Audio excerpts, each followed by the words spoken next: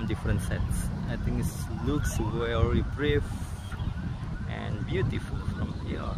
Yeah, and of that is our national monument.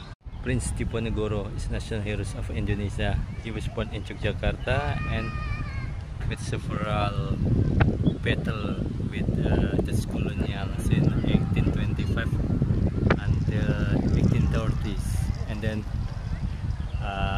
the Dutch manipulated him and arrested him with negotiation in Magelang, and then he exiled to Makassar and passed away over there and buried in Makassar Cemetery, if I am not wrong. So this is the other statue of Pangeran Diponegoro compared with the statue in Magelang. In Magelang there is a bulldog, is the white one with white color, but this is the black one of Prince Diponegoro, one of the national heroes of Indonesia. Thank you.